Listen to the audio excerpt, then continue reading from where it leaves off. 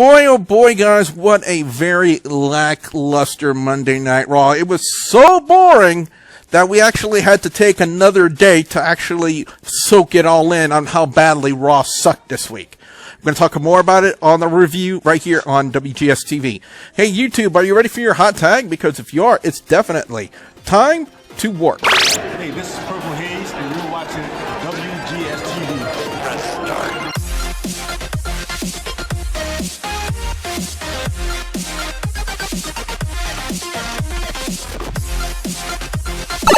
Greetings, YouTube. You have worked your way back into another episode of WGS-TV right here on YouTube.com/WrestleGamer. I am the WrestleGamer.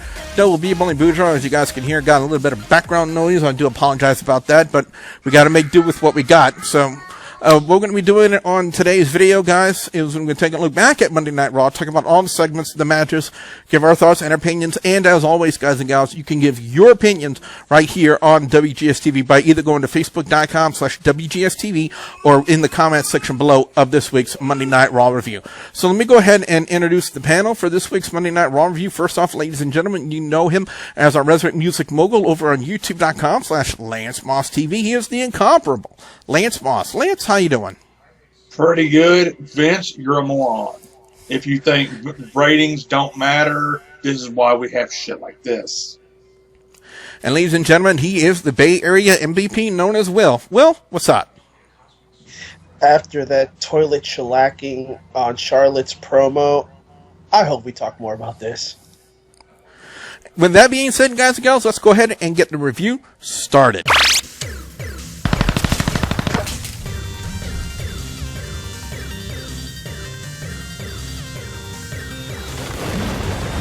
Now, the way Monday Night Raw would start out last week, or Monday night rather, is the whole promo with Stephanie McMahon and Dean Ambrose, and the fact that Stephanie McMahon would make up a match right on the spot. The fatal five-way match for the Intercontinental Championship. Now, we all kind of guessed the fact that they were going to take the title off of Dean Ambrose in that match. The only thing that we really didn't get, Will, was who they were going to put the title on at that time. And this goes back to how the Authority wants to try to separate Ambrose from Reigns and see how they could differ by themselves. And for as Stephanie's promo is concerned, hey, she nailed on the button here. But there's a benefactor here, and people have to realize here is separate the brothers. Lesnar will get a higher advantage, but my personal opinion, good job on the promo, but I don't think going into Fastlane, they're going to give it much to Ambrose here. I have a funny feeling somebody's going to turn heel or some shenanigans is going to happen, Billy. Pretty much sure. I got to agree with you on that sentiment, because they would have to do something to, kind of make all the things even, but, if they take the Intercontinental Championship off of Dean Ambrose, for one thing, in wrestling, in all wrestling companies, whenever you lose, storyline-wise, whenever you lose a championship, you have an automatic rematch clause to go ahead and a chance to regain that championship. So I would not be surprised if they keep Dean Ambrose on that path of the Intercontinental Championship, irregardless of what happens at Fastlane. But what would happen is Kevin Owens it would be Kevin Owens, Dolph Ziggler, Tyler Breeze, Stardust, taking on Dean Ambrose for the Intercontinental Championship, and the finish of the match would boil down to Kevin Owens hitting the pop-up powerbomb on Tyler Breeze to pick up the win and become the new Intercontinental Champion. So I would not be surprised if they kind of, after Fastlane, kind of rekindle a feud between Kevin Owens and Dean Ambrose, because it was such a hot feud to begin with, and I really would like to see it go on further, and we may just see that, like I said, regardless of what happens at Fastlane. Now what happened with Mark Henry, it's still yet to be determined. There are reports out there about him injuring his ribs. I'm not exactly sure as to at what point it happened in his match against Big E. I'll give props to Big E for recognizing that Mark Henry was hurt and immediately went for the pin to end the match. And like I'm going to say about 45 to an hour later during that Monday Night Raw, reports were everywhere on the internet about the injury to Mark Henry's ribs. And I'm going to say is I don't wish ill will on anybody, including Mark Henry. And I just hope that it's not as serious as it could be, Lance. You know what I mean? Yeah, I mean, because it's going to be bad because he basically just rolled off Big E's shoulders without Big E knowing and just went to the ground. Started clutching his ribs. He says, just hurt my ribs, I'll be back. Okay. Because it could have been a lot more serious than what it appeared to be. So, so a good thing it wasn't as serious as a lot of people might have thought it was. And again, big props to Big E to recognize that Mark Henry got injured and just immediately went for the pin to end the match so that way they could get him out of there as soon as possible. And again, I do apologize for the background noise that we have over here. Now, when it comes to the whole Brie Bella Charlotte segment, and you know what, I'm not gonna say anything about it because I know for a fact, Will, you have a lot to say about it. Yes, and I'm going to make this brief, fans. First of all, Daniel Bryan just retired from professional wrestling, and I wish him the best. What Brie Bella did was just try. And I'm going to quote something from James from the Big Easy here. They just let it go. You know, and what did I mean by let it go? What James would say here is, why would Charlotte interrupt something like this? I mean, it is Daniel Bryan's wife. You know, he has to look forward to life after wrestling. And, you know, Brie being Brie, of course, she's the face here. And, I mean, come on, WWE. I don't know. I don't know. It feels like going into Fastlane, I kind of hope Brie wins.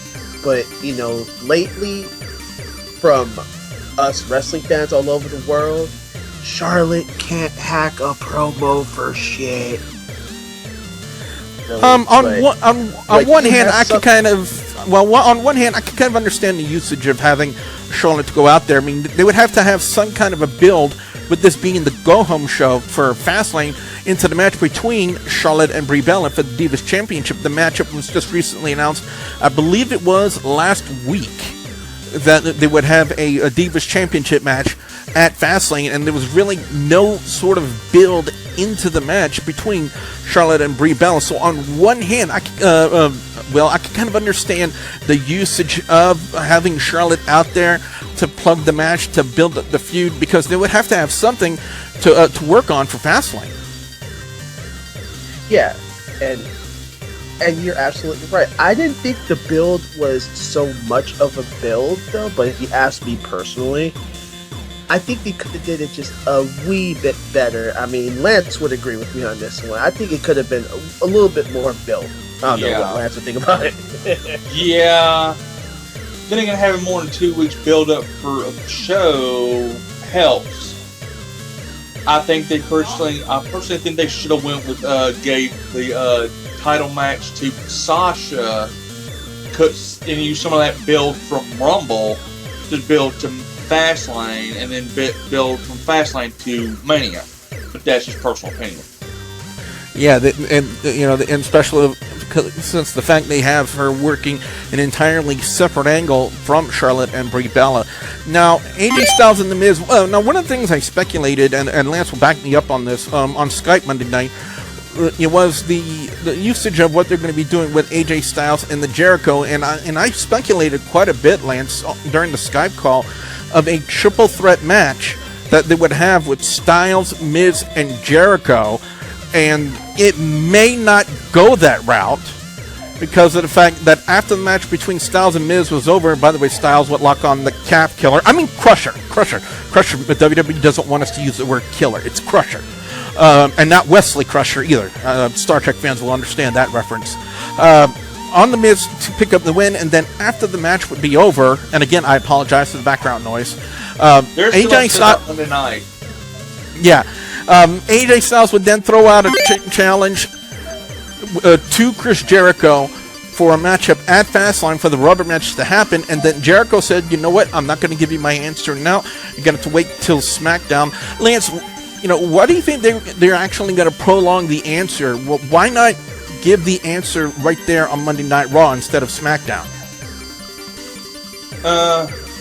They're trying to build up Styles a little bit, unlike what they're doing with the Divas division. And I don't want to see a two triple threats at one show. That's too damn much. But that would be one of the best shows on the match card if they give it straight Jericho versus AJ. Yeah, I gotta agree with you on that one. But then again, if you look at the match they had with AJ Styles and The Miz, it was actually a really decent match between these two guys.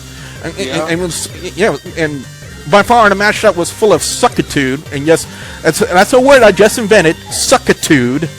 It was actually probably one of the best matches of the night. And what does that say about the rest of your card, though? But anyway, and again, I do apologize about all that background noise. The Dudley boys would basically come out next and then cut a carbon copy promo of what they did on SmackDown. Well, saying that, the fans wanted more of the tables. They always chanted for the tables. They never chanted for the Dudley boys. Exactly the same carbon copy promo that they did last week on SmackDown. There's really no need to go into further detail about it, because on last week's SmackDown review, I kind of gave my thoughts and opinions about the direction they're going with the heel turn for the Dudley boys. So there's really no need to sound like a broken record by repeating everything I said on the SmackDown review, which is something WWE Creative has been guilty of for quite some time. Now, Paige and Summer Rae, Will, this made my head hurt. This really, really made my head hurt that they would put. Now, I like looking at Summer Rae. She's really a 10 when it comes to eye candy. In the ring, she's better. She's not much better than Eva Marie. Not much better. But they put Summer Rae. Go ahead. I was just gonna say, before you pop a couple Advil here, before Lance hits himself with a guitar, let me clarify. Summer Rae hasn't really wrestled since having 2 titles, and not this title, but let's be honest here, a valet to Fandango, a valet to Tyler Breeze. Has she really brushed up on her skills? HELL, head to the nipple, and what we seen was a clusterfuck. I'm sorry, but what we see was a utter headache that even Tylenol and Advil couldn't help. Now, how did she get the win? I don't know. I thought Paige was going to win, but a clean win is a clean win, and James is turning into shirts. So that match was the worst match of Raw, as far as I'm concerned. I gotta agree with you to an extent over that, because I thought that was just absolutely ridiculous when you have one of your better female talents in the form of Paige actually take a loss to someone like Summer Rae, who basically is about 4 levels down. I don't know if that's the correct analogy I would use, but you kind of get what I'm saying when I say that when it comes to skills and in-ring talent. So, and if they turn this into a Fastlane match, all I'm going to say is somebody bring me Thor's hammer, and I'll hit myself in the head with it for a video. That would be a much more interesting match to watch than what they will do with that one. That's really the only thing I can say about that. Now, but something that would be extremely better than that, the whole promo with Paul Heyman and Roman Reigns. I've said it so many times that Paul Heyman can talk up a mop out of a broom closet into a main event. Paul Heyman has that ability on the microphone to make anything, I repeat, and I stress, anything exciting in the wrestling industry. He has that ability. He has that talent to basically just, whenever you see Paul Heyman on TV and he has a microphone, you're instantly glued to the TV screen. like I said, I do apologize. She watched Monday Night Raw. That's why she's crying so much back there. Yeah, that's child abuse right there. Making her watch that is child abuse. But it was what I really found interesting about the fans Monday night, Lance, and it was something that the Classic Wrestling manager Joseph Knight brought up on Skype Monday night, is the fans are incredibly fickle. And let me explain why I bring that up.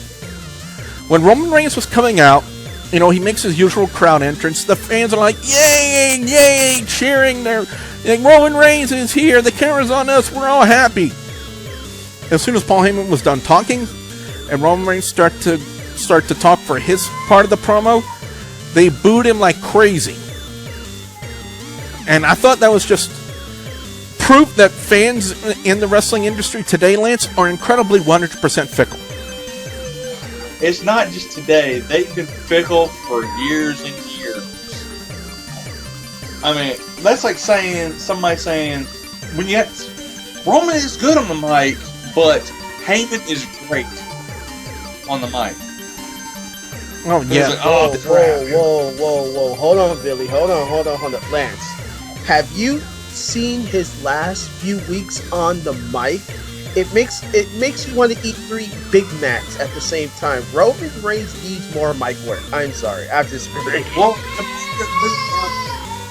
compared to who Paul usually talks for, Roman's eye.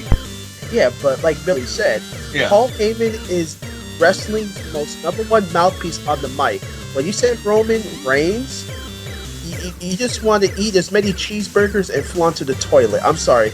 Roman needs still more work. Yeah. Interesting analogy there, Will. That's all I'm going to say about that. I would have played it over to the next match we had with Heath, Slater, and Zack Ryder. First off, what was with the gear of Zack Ryder? You had Zack Daddy on his gear. Is that some way of starting? And she saw it too. That's why she's crying. She saw it too. And it's at the tender young age that she is to exposure to that, I'm surprised that somebody doesn't come slap me in the face for that. And that's anyway. But that's pretty much the only way Heath Slater has been able to get a win on Monday Night Raw. And thank God they did not have Adam Rose talk too much. I still don't understand what he did last week when he started meowing on the microphone. I thought that was kind of... I was like, okay, somebody switched his heroin for catnip. That's all I'm going to say about that. I really don't know. But probably the funniest thing from Monday Night Raw, Lance, you know what I'm talking about. It's when RTruth... Well, not RTruth that popped his cork. It was Goldust. Apparently, RTruth was on a date, and Goldust.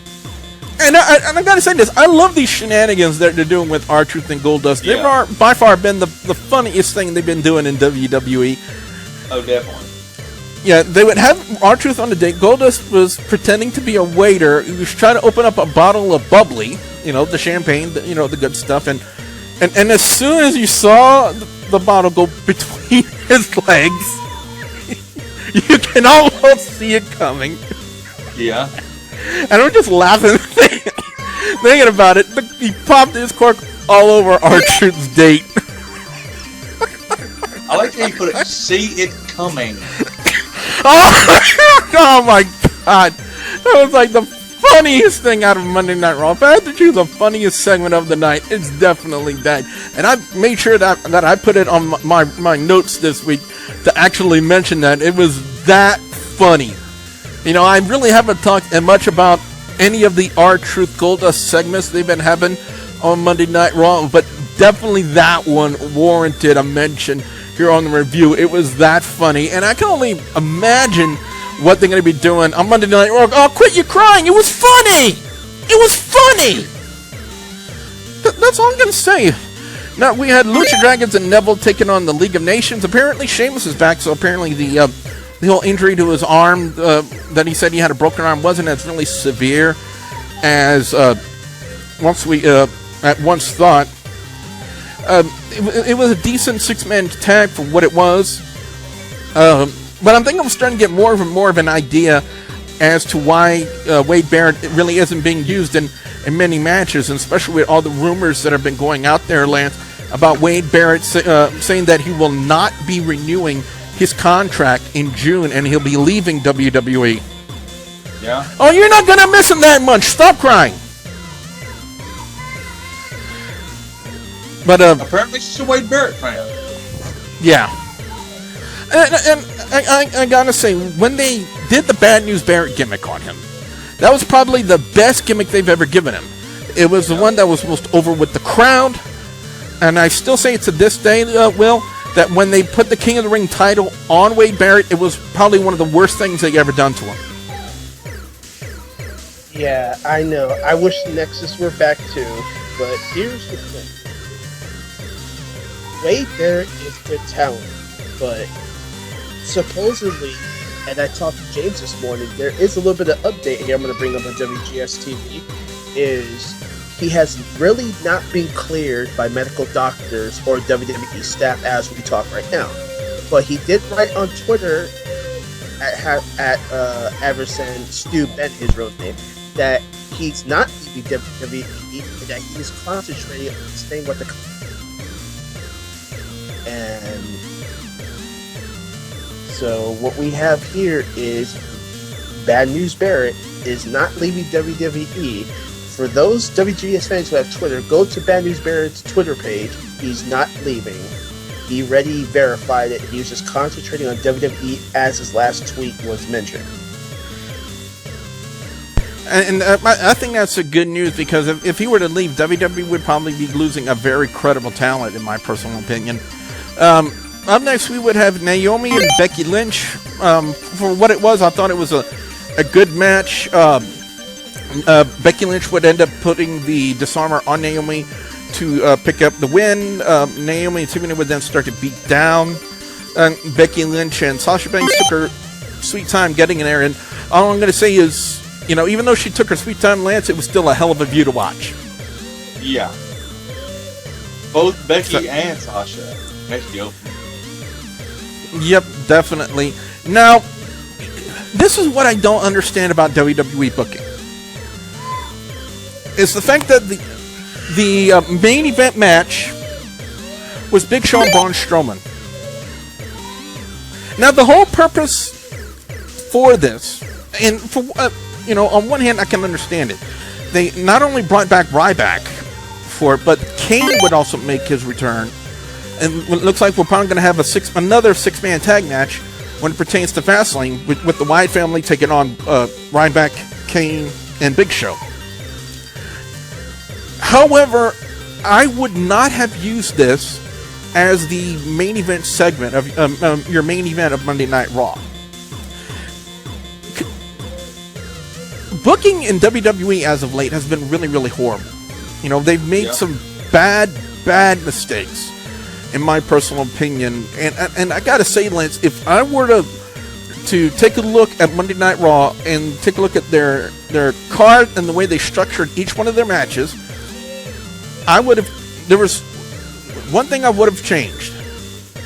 I would have changed the opening match in your main event segment. Basically, I would have taken what they did with Braun Strowman and Big Show and Ryback and Kane's return and put that as your opening of Monday Night Raw, and then take the Fatal 5-Way for the Intercontinental Championship and make that your main event of Monday Night Raw. That's how, personally, in my personal opinion, that the Monday Night Raw card should have been structured. Because not only that, even though I haven't watched it yet, Big Show was scheduled to be on the Stone Cold podcast following Monday Night Raw. You know, having worked the main event segment and then do the podcast live right after, I think that's a mistake, in my opinion. They should have had him just work the opening match. But you kind of get where I'm going with this, Lance, that, you know, the Monday Night Raw was just really structured badly. Yeah, I 100% agree with you. I mean, but then again, I know why they did it. It's Vince McMahon and his giant fetish. He said, "Oh, the people will love it. They have two ginormous men going one-on-one." Or the fact that nobody gets to shoot about these two guys. You got a point there. Go ahead, Will. If I can add something here, and me and James were talking about how poorly Raw was booked. We and James had made this declaration here. Basically, we think that it's going to be Luke Harper, Eric Roman, and Braun versus Kane, Big Show at Ryback, possibility as a 6-man tag at Fastlane. Yeah. Because of all the series of events that's been happening, we think that's going to be on the card. There's also one last thing I want to mention, and I just mentioned it, and it pertains to the United States Championship match that was supposed to be scheduled for the kickoff between Kalisto and Alberto Del Rio. Alberto Del Rio, after the match was over, would actually throw out a challenge to Kalisto to make their match a 2 out of 3 falls match. In my personal opinion, I'm really not sure if they should have that on the kickoff. If anything, they would have. If they were going to do Paige and Summer Rae, that would have to be kickoff, in my personal opinion, and have the United States Championship. And if they do it 2 out of 3 falls, that should be on the main card, not on your kickoff. But then again, that's just my personal opinion when it comes to that. But anyway, overall score on Monday Night Raw this week, like I said, a very lackluster Monday Night Raw, poorly booked, and like I said, the opening match should have been your main event, and what they did with the main event should have been the opening. When WWE just makes those mistakes, it's just really, really horrible. I'll still give the Fatal 5-Way best match of the night. It was still one of the best matches of the night. As far as worst match of the night, I have to go to Paige and Summer Rae, because I totally 100% disagree with the fact that they put the less talented diva in Summer Rae over the more talented diva in Paige. Basically, the anti-diva thing that she was doing has basically been flushed down the toilet. You know, when you do something like that. Monday Night Raw is going to get a 2 out of 5. Lance, over to you, your overall score and your picks for best and worst match or segment of Monday Night Raw this week. Because there were two good things, I'm going to go with the two, and those two being RTruth and Goldust, that crazy-ass segment, and the 5-Way. Everything else, I could have done without. I mean, it's like this.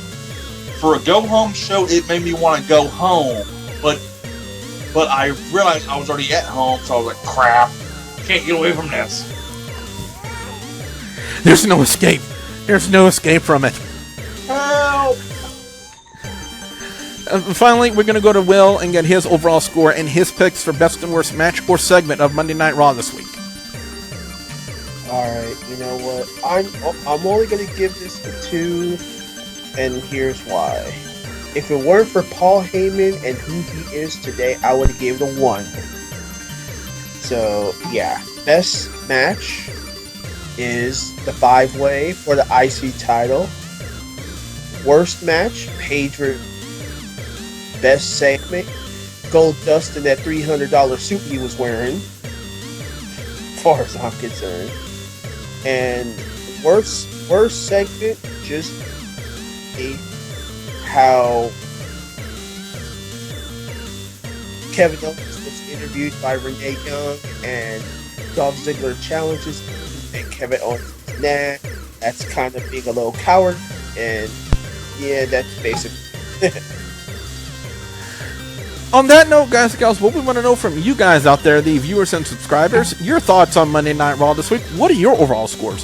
What are your picks for best and worst match or segment of Monday Night Raw this week? We definitely want to hear what you guys out there have to say.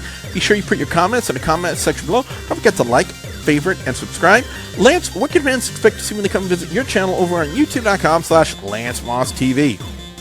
Album reviews, NASCAR discussion videos, redneck Mormon videos, musical equipment reviews, some rants. Every Wednesday night, I go live with Lance Moss TV and friends, and I never know who's going to show up. And hit me up on Twitter, it's at Lance Moss TV. He is the Bay Area MVP known as Will. Will, you got anything going on over in the hood? Well, the hood right now smells like steak and chicken, but I'm sorry that I haven't been around much, new job, new times, but, I'm back here on WGS-TV, and starting in the next half hour, I'm going to be giving you guys your Face, Heel, and Diva of the Week, so stay tuned to the Facebook page, fans, because you guys going to be shocked with who I picked for the week.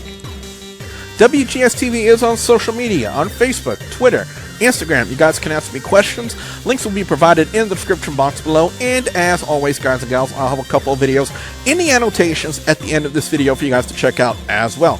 So with that being said, for the incomparable Lance Moss TV, and the Bay Area MVP known as Will, I'm the Wrestle Gamer, Double B Billy Boudreaux, and I will see you at the next What Zone. Bye, guys! It's everywhere and in everything. I enjoy crying, laughing, and being alive. No date recorded. I'm getting ready to keep up with your gimmick, WWE.